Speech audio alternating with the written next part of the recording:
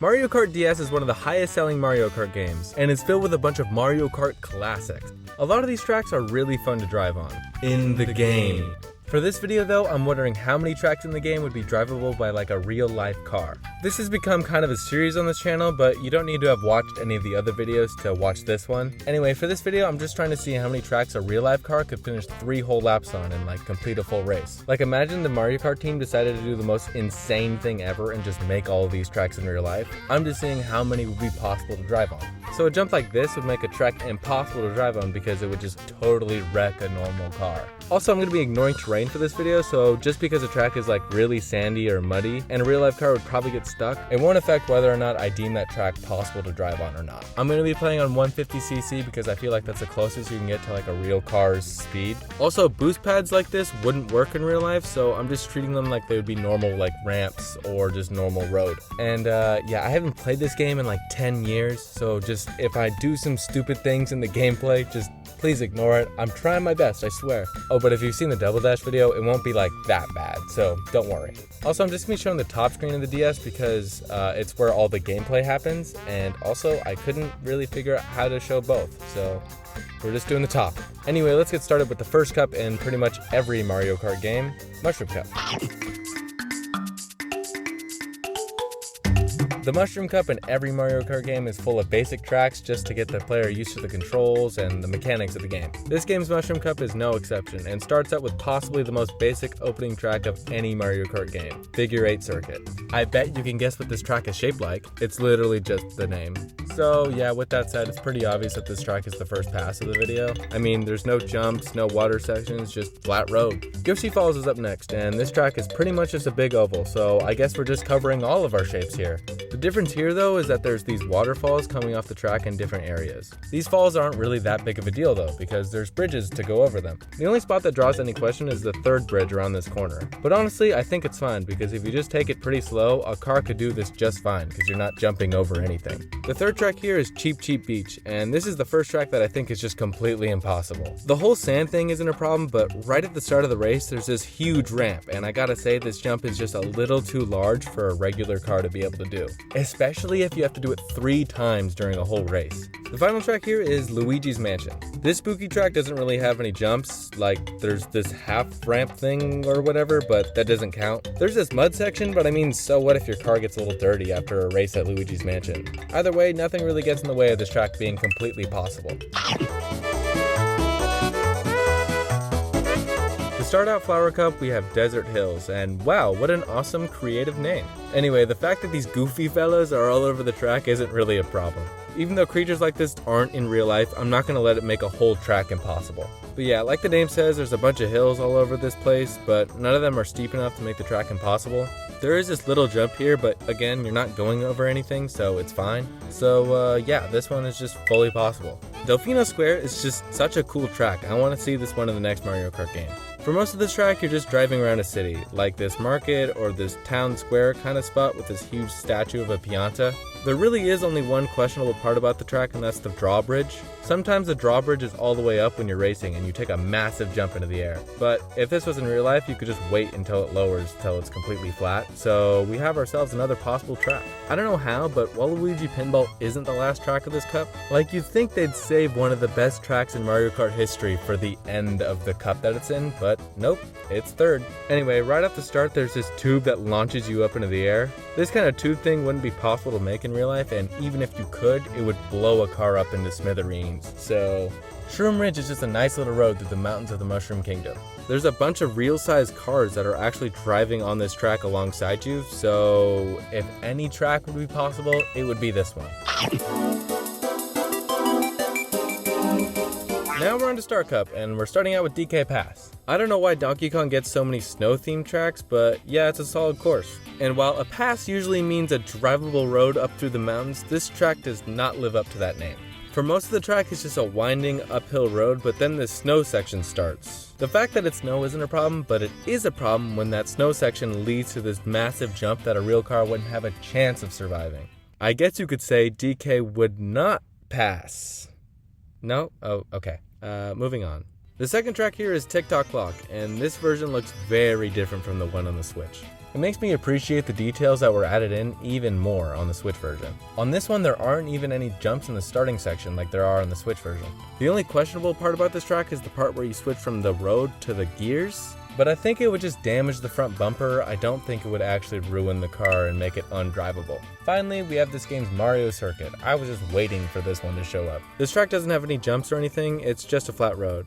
There are these fire piranha plant guys, but just like I said on Desert Hill, that doesn't matter for this, so there you have our second pass of the cup.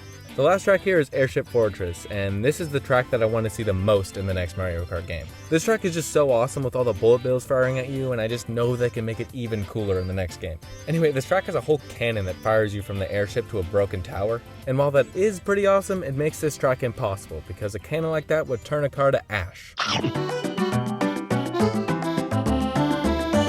To start out Special Cup, we have Wario Stadium. This is basically one of those Mario Kart tracks where they take a dirt bike track and make you race on it with go-karts. But dirt bikes aren't our concern for this video. And let me say, I'm pretty concerned about a car's ability to be able to drive on this track. I will say that there are a bunch of ramps that you can just drive around, but that doesn't go for all of them. Like this one that you can't go around would absolutely ruin a car, especially doing it 3 times in one race. So I'm gonna have to say this one's impossible. Peach Gardens is up next, and they made some changes to this in the Switch version. The most obvious is that the last lap in this version doesn't take you backwards. But yeah, this track is just a nice drive through the garden. Nothing really gets in the way of this one getting a pass. Third up is Bowser's Castle, and there aren't really that many jumps on this track. Well, at least not as many as I expected. The big reasons why this track fails though is the big jump onto these great things, and right before it there's this tube section thing. It kind of reminds me of that thing that people do with the logs in the river where they like run on it or whatever. A car would never be able to do that on a cylinder as small as this one, and even if you drive off of it, the fall would definitely just total a car. The final new track for this game is Rainbow Road, and while being in space on this track doesn't matter to me, this track has other problems to make it impossible. These loops would be possible for a car that goes like 200 miles per hour, but for a normal car, it would probably give out before making it halfway through the loop. So, we have another impossible track.